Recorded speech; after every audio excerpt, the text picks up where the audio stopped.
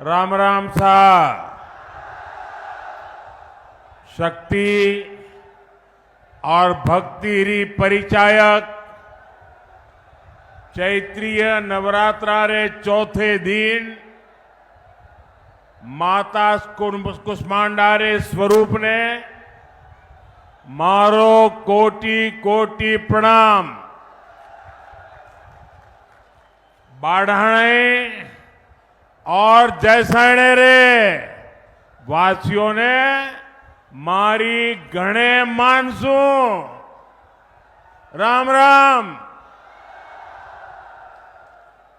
मैं सबसे पहले तो बहन ममता जी को बधाई देता हूं।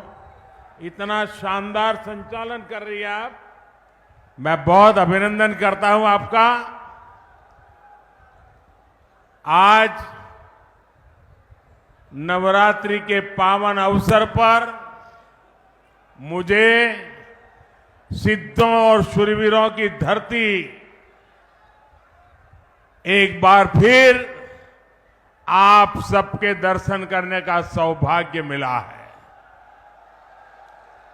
ये वो धरती है जिसके वीरों की कहानियां आज भी सीमा पार खौफ पैदा करती है। जिस रेगिस्तान की गर्मी में अच्छों की हिम्मत दम तोड़ देती है, वहां आपके हौसले के सामने गर्मी भी कुछ नहीं कर पाती। ये जन सैलाब, ये जन समर्थन बताता है बाड़मेर की जनता बीजेपी को भरपूर आशीर्वाद देने का संकल्प ले चुकी है। इस चुनाव में आपका एक एक वोट विकसित भारत की नींव मजबूत करेगा। ये चुनाव दल का नहीं, देश का चुनाव है। इसलिए आज पूरा देश कह रहा है 4 जून 400 पार। 4 जून और मालानी की यही पुकार। फिर एक बार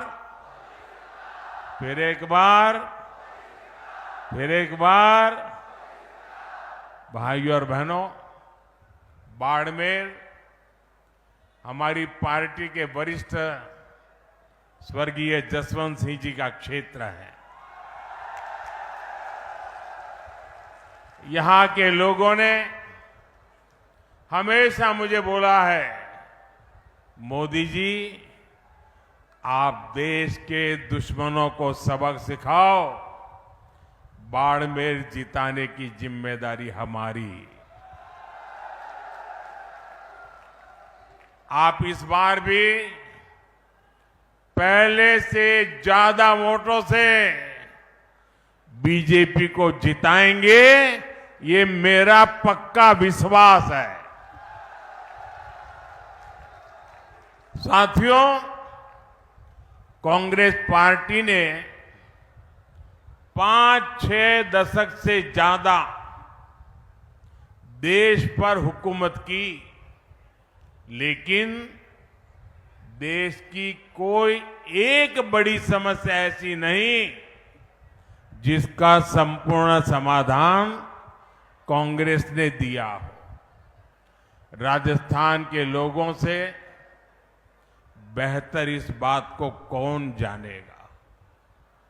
जिस राजस्थान के लोगों ने देश को अपने लहू से सींचा, उस राजस्थान को कांग्रेस पार्टी ने पानी के लिए प्यासा रखा।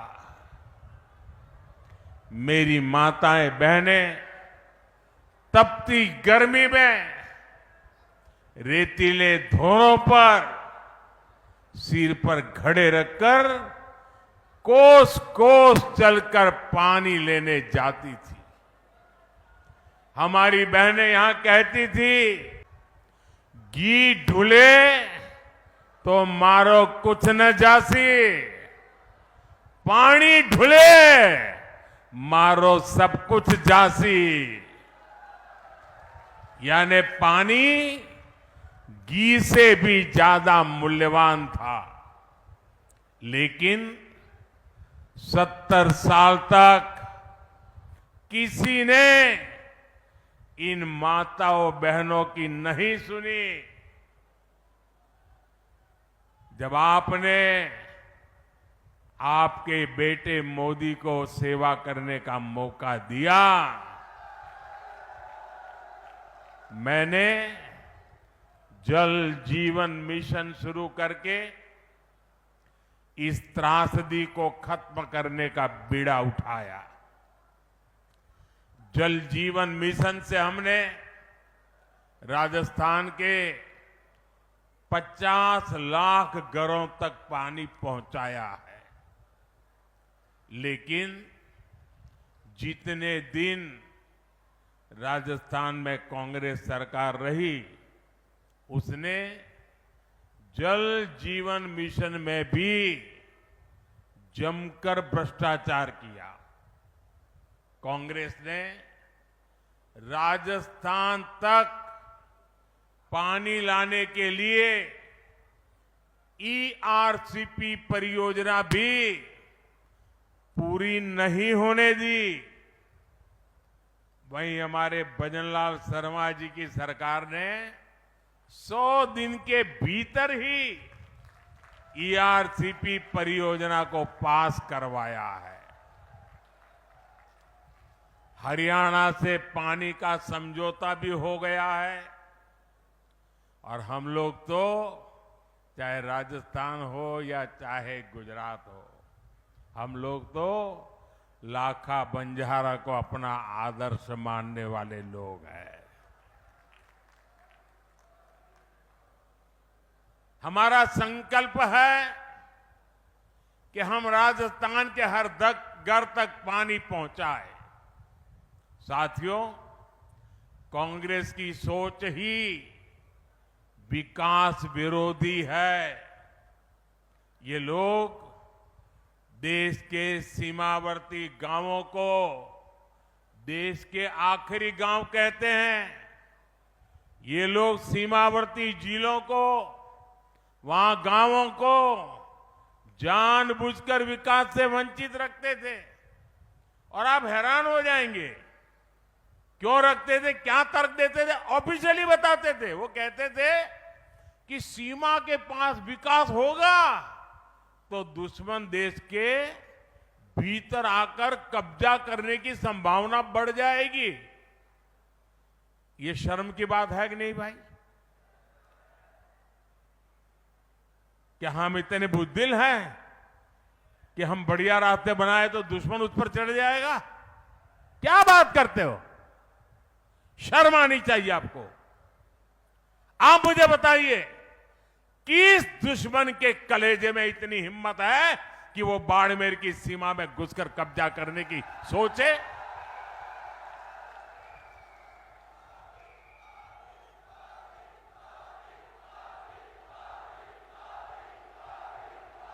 है हिम्मत किसी में? भाइयों बहनों, हम सीमावर्ती इलाकों को, सीमावर्ती गांवों को आखिरी गांव नहीं, का प्रथम गांव मानते हैं। हमारे लिए देश की सीमा यहां पूरी नहीं होती है। हमारे यहां से देश शुरू होता है।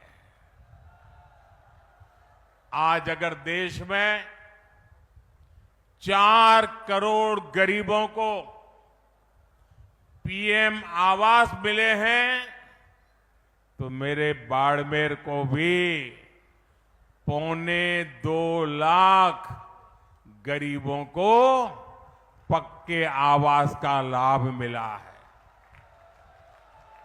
भाजपा सरकार देश की आखिरी सीमा तक सड़कें और हाईवेज बना रही है। हमने बाड़मेर में मेडिकल कॉलेज भी खोला है। आज सीमावर्ती बाड़मेर में 72,000 करोड़ रुपए लागत की रिफाइनरी शुरू होने जा रही है। और मेरे बाड़मेर के भाई बहन सुनिए, अगर यहां कांग्रेस की सरकार न होती तो मेरे दूसरे टर्म में ही मैं आकर उद्घाटन कर जाता। लेकिन कांग्रेस ने ऐसे ऐसे रुकावटें डाली, लेकिन मैं आपको गारंटी देता हूं, मेरे तीसरे टर्म में मैं रिफाइनरी का उद्घाटन करने जरूर आऊंगा। और जिस दिन रिफाइनरी के उद्घाटन के लिए आऊंगा, उस दिन इस चुनाव विजय के लिए धन्यवाद भी करने आऊंगा। आने वाले समय में इस इलाके में रोजगार के अवसर पैदा होंगे, युवाओं के लिए नए रास्ते बनेंगे। मेरे बाड़मेर के भाई बहन जो पुराने लोग हैं, वो जब मेरी ये बात सुनते हैं तो उनको लगेगा या ये संभव है, ये होगा क्या? स्वाभाविक है कि ऐसी मुसीबतों में उन्होंने जिंदगी गुजारी है। यहां से पलायन होना बहुत स्वाभाविक था। मां बाप भी बच्चों को कहते थे, भाई कहीं और चले जाओ, यहां रह के क्या करोगे? वो दिन थे। ऐसा ही हाल कच्छ का था। मैं गुजरात का अनुभव बताता हूं आपको। कच्छ का भी हाल ऐसा ही था। लेकिन 2001 के भूकंप के बाद गुजरात के लोगों ने मुझे सेवा का मौका दिया। आज पूरे हिंदुस्तान का सबसे तेज विकास करने वाले जो जिले हैं, उसमें आज कच्छ जिला पहुंच गया है। मुंबई में जमीन की जो कीमत होती है, वो कच्छ की जमीन की कीमत हो गई है। अगर कच्छ बदल सकता है तो बाड़मेर बदल सकता है कि नहीं बदल सकता है? बदल सकता है कि नहीं बदल सकता है? मैं ये करके आया हूं और इसलिए मैं गारंटी देता हूं, ये भी मैं करके रहूंगा। यहां के एयरपोर्ट में भी पिछली सरकार ने जमकर रोड़े अटकाए थे। अगर कांग्रेस ने बेवजह ब्रेक न लगाया होता तो यहां का एयरपोर्ट 2 साल पहले ही चालू हो जाता। साथियों, कांग्रेस ने जिन लोगों को दशकों तक नहीं पूछा, मोदी उनको पूजता है।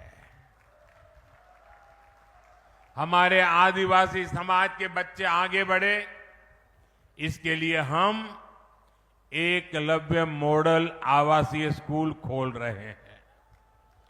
आदिवासी समाज को सिकल सेल एनीमिया से मुक्ति दिलाने के लिए हम अभियान चला रहे हैं। भाजपा ने आदिवासी समाज को सम्मान दिलाने के लिए देश को पहली महिला आदिवासी राष्ट्रपति दी है।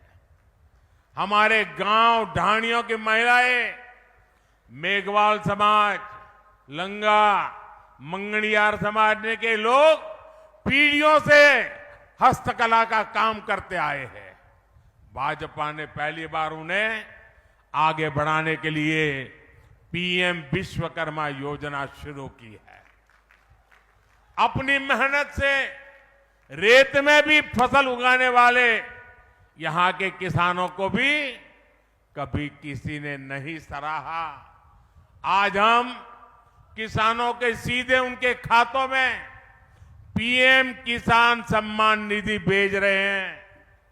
किसानों की आय बढ़े, इसके लिए हम मोटे अनाजों को, श्री अन्न को पूरी दुनिया में प्रमोट कर रहे हैं। ये हमारा बाजरा कोई पूछता नहीं था, सिर्फ हम गांव के लोग खाते थे। आपको जानकर के खुशी होगी, अभी मैं जब अमेरिका गया तो अमेरिका ने राष्ट्रपति ने अपने घर में, व्हाइट हाउस में बड़ा भोज रखा था। लेकिन मजा देखिए, उस भोज में जितनी चीजें खाने के लिए बनाई थी वो हमारे मोटे अनाज में से बनाई थी। हमारे बाजरे, हमारा ज्वार उसमें से बनाई थी।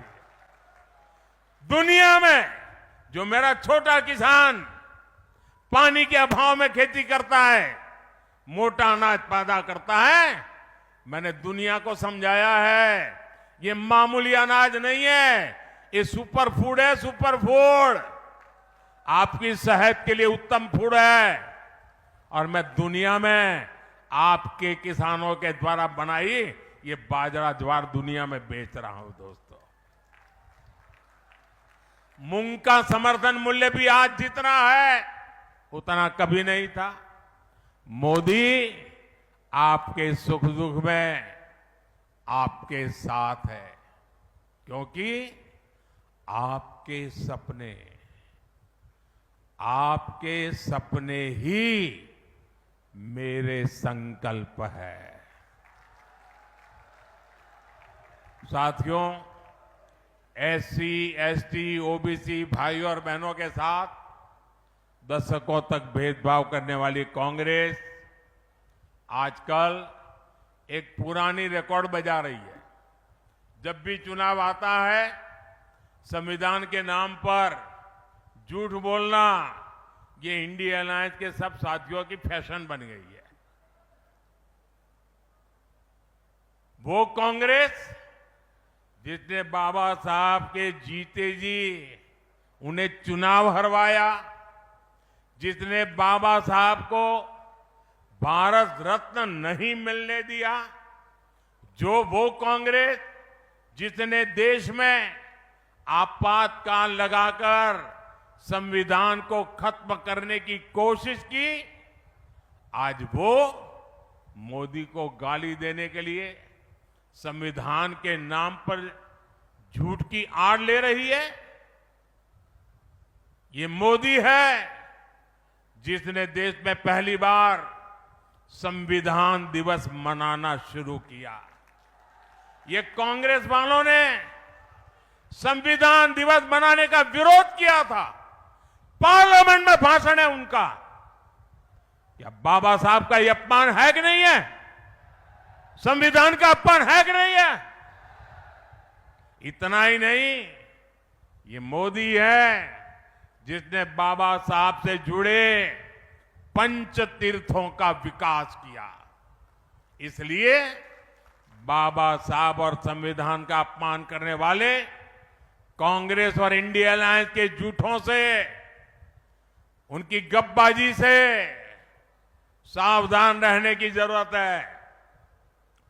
और कांग्रेस वाले सुन लें, ये 400 सीट की बात देश की जनता ने इसलिए की है कि आपने 10 साल पार्लियामेंट में मुझे अच्छे काम करने के लिए रोकने की लगातार कोशिश की है। और इसलिए देश आपको, कांग्रेस को सजा देना चाहता है और साफ कर देने का मन बना लिया है। और जहां तक संविधान का सवाल है,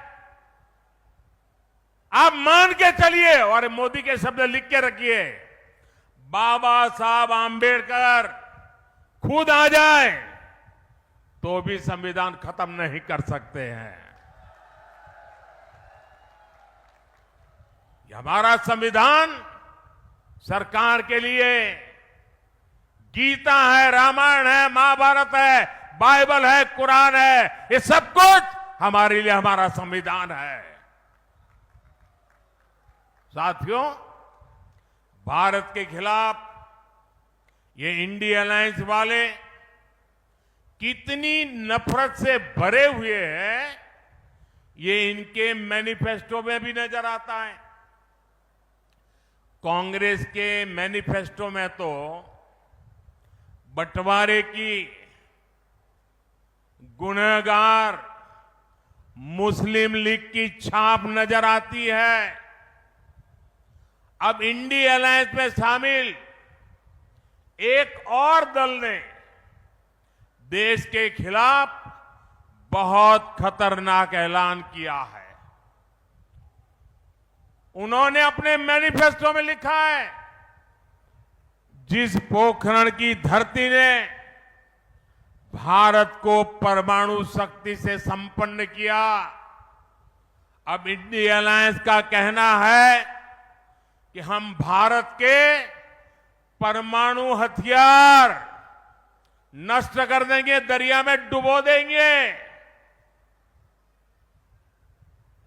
भारत जैसा देश जिसके दोनों तरफ पड़ोसियों के पास परमाणु हथियार हो, क्या उस देश में परमाणु हथियार समाप्त करना, इसकी सोच ये समाप्त करना चाहता है इंडी अलायंस। क्या परमाणु हथियार समाप्त होने चाहिए? मुझे सबका जवाब चाहिए। क्या परमाणु हथियार समाप्त होने चाहिए? क्या परमाणु हथियार समाप्त होने चाहिए? मैं जरा कांग्रेस को पूछना चाहता हूं, आपके ये साथी, ये आपके इंडी अलायंस के साथी किसके इशारे पर काम कर रहे हैं? ये कैसा गठबंधन है जो भारत को शक्तिहीन करना चाहता है?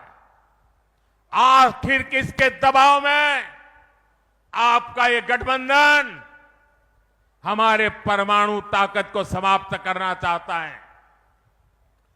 एक तरफ मोदी भारत को शक्तिशाली राष्ट्र बनाने में जुटा है, वहीं इंडी गठबंधन वाले भारत को कमजोर देश बनाने का ऐलान कर रहे हैं। माता तनोट राय की धरती के लोग क्या इसे स्वीकार करेंगे? कमजोर देश आपको मंजूर है? शक्तिहीन देश आपको मंजूर है? क्या ऐसा सोचने वालों को सजा देंगे? इस चुनाव में सजा देंगे? कमल पर वोट दबा करके उनको सजा देंगे? और इसलिए पूरे देश के लोगों को इंडी गठबंधन से सतर्क रहने की जरूरत है। साथियों, जिस भारत मां के लिए हम अपने जीवन की परवाह नहीं करते, ये कांग्रेस पार्टी उसे सिर्फ एक जमीन का टुकड़ा मानती है। और इसलिए कांग्रेस के राष्ट्रीय अध्यक्ष राजस्थान की वीर भूमि में आकर कहते हैं कि मोदी ने कश्मीर से 370 हटाया तो राजस्थान से उसका क्या लेना देना, क्या वास्ता? यहां आकर के बोल के गए हैं। ये राजस्थान की राष्ट्रभक्ति पर ऐसा सवाल करने की हिम्मत करते हैं। जिस राजस्थान के वीरों ने सीमा पर कश्मीर के लिए सीने पर गोलियां खाई, उससे पूछते हो कि कश्मीर से क्या वास्ता? इस बाड़मेर के सपूत भीखाराम मुंड ने करगिल युद्ध में अपना बलिदान दे दिया था। और कांग्रेस कहती है कि कश्मीर का राजस्थान से क्या वास्ता? जिस राजस्थान में कश्मीर में जन्मे बाबू साहब रामदेव जी की घर घर पूजा होती हो, उससे पूछते हो कि कश्मीर से क्या रिश्ता? जब कश्मीरी हिंदुओं को उनके घर से खदेड़ा गया था, तब कितने ही परिवारों को राजस्थान ने बसाया था, गले लगाया था, और ये पूछते हैं कि राजस्थान का कश्मीर से क्या वास्ता। अरे उनको पता नहीं होगा, करगिल के लोग ईरान गए थे और ईरान में कोविड की भयंकर महामारी में फंस गए थे। उनको वापस लाना था, कोविड के साथ लाना था, बड़ा संकट का काम था। उनको हिंदुस्तान ला करके कहां रखे, देश को जान करके गर्व होगा, ये मेरे राजस्थान की वीर भूमि है। जैसलमेर में ईरान से लाए गए कोविड के वो सारे लोग जो करगिल के रहने वाले थे, वहां वो माइनस टेम्परेचर में रहते हैं, यहां 35-40 डिग्री टेम्परेचर में महीना भर रहे। जब ठीक हुए तब राजस्थान ने उनको घर वापस भेजा था। ये है मेरा राजस्थान। कांग्रेस भारत को भाषा, प्रांत, जात पात में तोड़ना चाहती है। इसलिए आपको इस चुनाव में कांग्रेस को फिर एक बार सबक सिखाना है।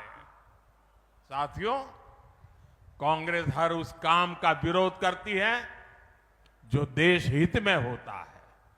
कांग्रेस हर उस ताकत के साथ खड़ी हो जाती है जो देश विरोधी होती है। आप देखिए, हम लोग देश में, राजस्थान में शक्ति की उपासना करते हैं, माता की उपासना करते हैं, लेकिन कांग्रेस के शहजादे कहते हैं कि वो हिंदू धर्म की शक्ति का विनाश कर देंगे। अरे मेरी माताओं बहनों की ताकत तुम नहीं जानते हो। किसी मर्द को आगे नहीं बढ़ाने पड़ेगा, ये शक्ति को नष्ट करने वालों को ये मेरी माता बहनें ही निपट लेगी। देश में राम मंदिर निर्माण का पुनीत पावन काम होता है, कांग्रेस उसका भी बहिष्कार करती है। और कांग्रेस करती क्या है? कांग्रेस रामनवमी की शोभा यात्रा पर राजस्थान में पत्थरबाजी करने वाले दंगाइयों को संरक्षण देती है।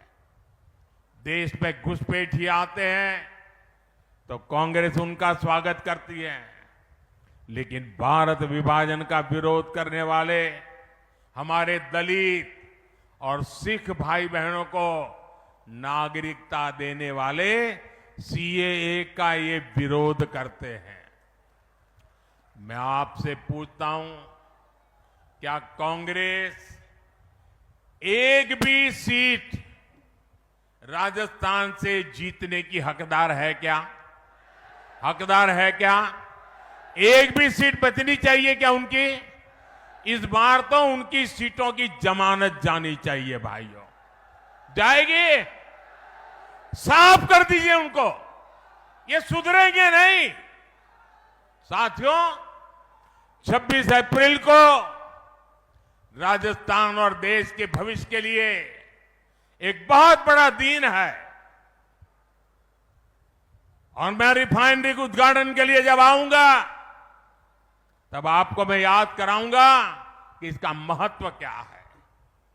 भारतीय जनता पार्टी ने बाड़मेर से कमल की जिम्मेदारी भाई कैलाश चौधरी जी को दी है।